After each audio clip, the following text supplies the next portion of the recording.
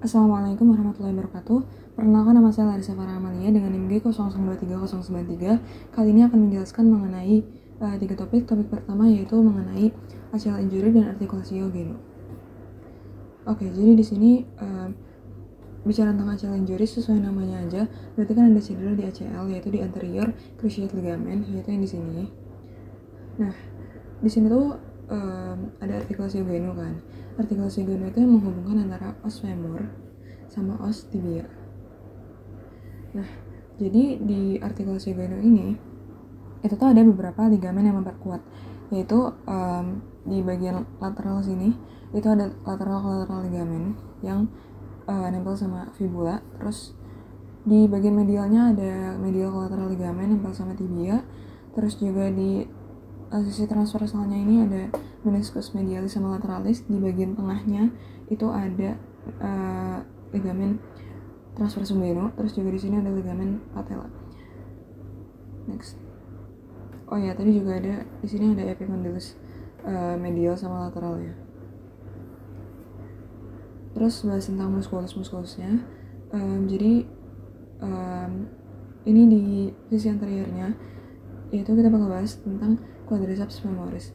Jadi otot di sini tuh ada quadriceps femoris, ada juga quadriceps tendon.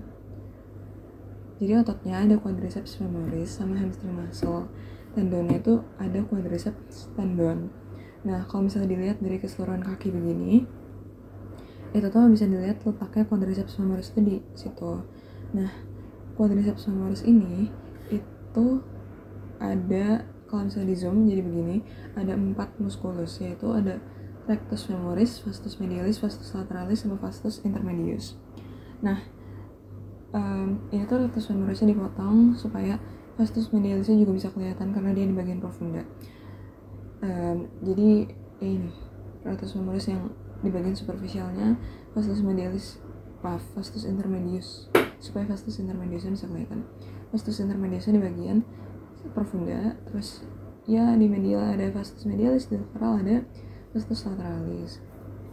Next, jadi mereka kan di anterior, jadi fungsinya semuanya untuk ekstensi lutut dan diinervasi sama nervus femoralis. Terus selanjutnya ini di bagian posterior. Di bagian posterior ada hamstring muscle. Oke, jadi ya ini langsung kalau di zoom jadi begini. Hamstring muscle ini ada 4 muskulus, yaitu muskulus biceps femoris, caput longum, sama caput brevis. Ya ini bisa dilihat sendiri. Terus habis itu ada musculus semitendinosus sama musculus semimembranosus. Dan ini kan tadi di posterior, jadi fungsinya untuk semuanya untuk fleksi lutut. Ya. Terus habis itu bahas tentang bursa. Bursa di lutut ini tuh sebenarnya banyak banget, cuma kita akan bahas tentang yang khasnya aja. Jadi saya akan bahas mengenai 4 yang khas, yaitu ini yang paling besar di bagian superior ada suprapatellar bursa. Terus di agak ke bawahnya lagi, tetap di profunda itu ada deep infrapatellar bursa. Kemudian menuju ke superficial itu ada superficial prepatellar bursa, dan di bawahnya ada superficial infrapatellar bursa. Jadi ini buat tambahan aja di bagian profundanya. Di sini ada popliteal bursa. Next, tentang vaskularisasinya, arterinya. Jadi dari atas kan ini ada arteri femoralis ya. Terus menuju ke area genus ini tuh bakal jadi arteri poplitea. Nah, ini tuh ada banyak banget percabangan.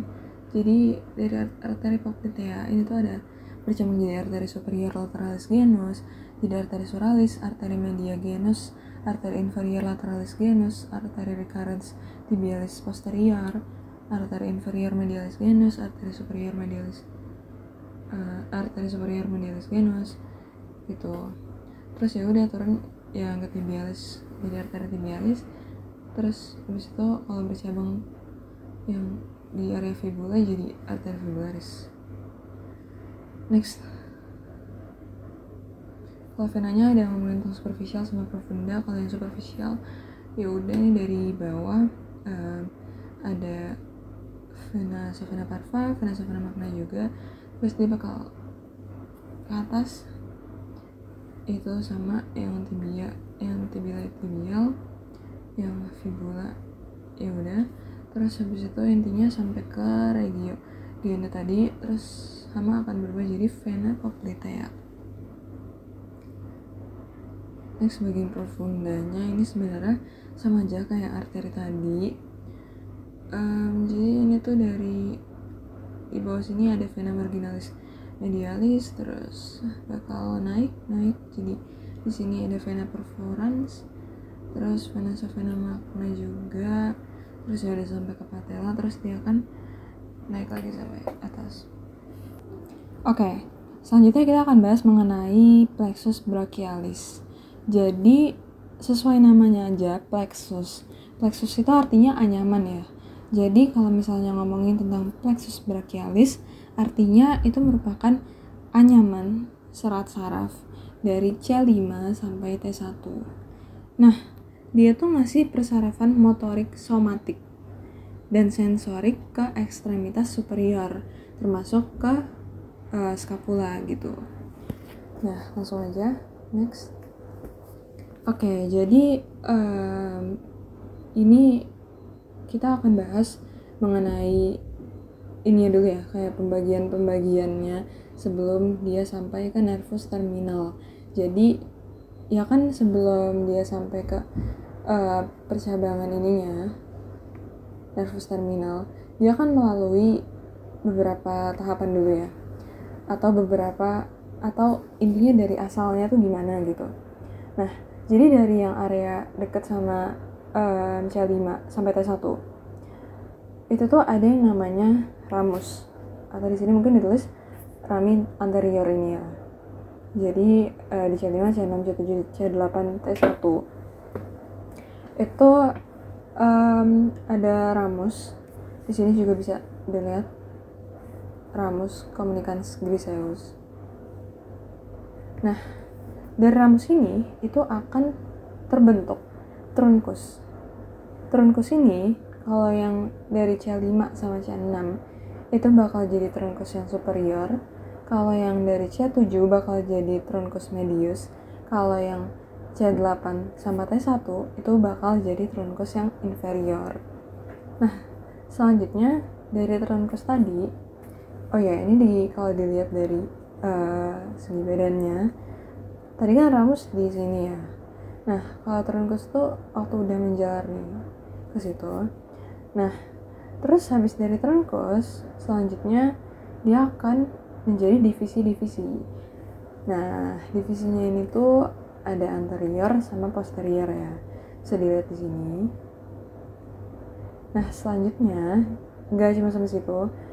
Waktu dia udah jadi divisi-divisi, kemudian dia akan jadi fasciculus.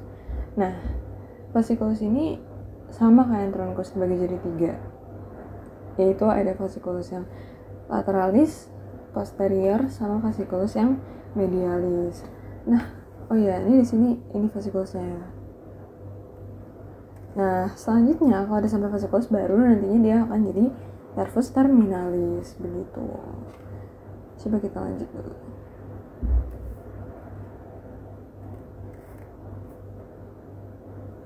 Nah, ini mungkin lebih jelas nih gambarnya. Oke, jadi ngomongin tentang saraf-sarafnya ya. Kalau tadi kan udah dibilang ya, kalau misalnya yang trunkus itu dibagi jadi 3, sama kayak fasciculus juga dibagi jadi 3. Kalau yang trunkus itu ada yang superior, terus ada yang medius, sama ada yang inferior. Kalau fasciculus ada yang lateralis, ada yang posterior, sama ada yang medialis. Nah, kalau yang fasciculus lateralis, yang ini, yang pinggir sini, yang ada A-nya, A bulutan di atas, itu dia nantinya akan bercabang sesuai yang tertulis di sini. Dia akan bercabang jadi nervus musculocutaneus sama nervus medianus. Nah, sedangkan kalau yang B atau yang fasciculus posterior itu dia akan bercabang jadi ini, nervus axillaris sama nervus radialis. Sedangkan kalau yang satu lagi yang tertulis C di sini atau fasciculus medialis, itu dia akan bercabang jadi nervus ulnaris, nervus cutaneus brachii medialis, dan juga nervus cutaneus antebrachii medialis gitu. Nah, Terus habis itu ngomongin tentang inervasinya ya mungkin ya. Jadi habis dari saraf-saraf ya kita ngomongin inervasinya. Jadi saraf yang ini tuh untuk menginervasi muskulus apa sih gitu. Nah jadi kalau sebelumnya gini. Jadi semua saraf pars infraklavikular dari plexus brachialis itu tuh berperan pada inervasi sensorik bahu sama lengan. Jadi kalau bagian lateral bahu itu tuh diinervasinya sama nervus axillaris ya. Yang ini. Nervus axillaris. Terus kalau yang sisi lateral dan dorsal lengan atas, sisi dorsal lengan bawah dan jari radial sisi dorsal itu diinervasinya sama nervus radialis. Nervus radialis yang ini. Selanjutnya kalau yang untuk menginervasi sensorik pada bagian lateral lengan bawah itu perannya si nervus musculocutaneus yang ini. Selanjutnya nervus cutaneus brachii-medialis itu dia sama nervus cutaneus yang antebrachii-medialis itu tuh menginervasi sisi medial lengan. Terlihat di sini ya, dia juga ada di bagian medial gitu. Nah, terus kalau nervus medianus itu dia menginervasi jari radial sisi palmar, sedangkan yang nervus ulnaris itu dia mempersarafi tangan gitu. Next lanjut ke regiodorsum. Jadi di regiodorsum ini ada beberapa muskulus ya. Jadi ada musculus trapezius, latissimus dorsi, kemudian ada juga levator scapula, rhomboideus major, rhomboideus minor. Oke, jadi bahas sedikit tentang tadi kan udah nyebut tentang ada beberapa muskulus ya di regiodorsum ini, yaitu ada trapezius, latissimus dorsi, terus ada rhomboideus major, rhomboideus minor, sama levator scapula. Jadi ada cara gampang nih untuk hafalinnya. Mungkin bisa di ini inisialnya aja karena kan berarti kan TLL, RR. Mungkin bisa jadi kayak TL2, R2 atau bisa jadi kayak Teller gitu.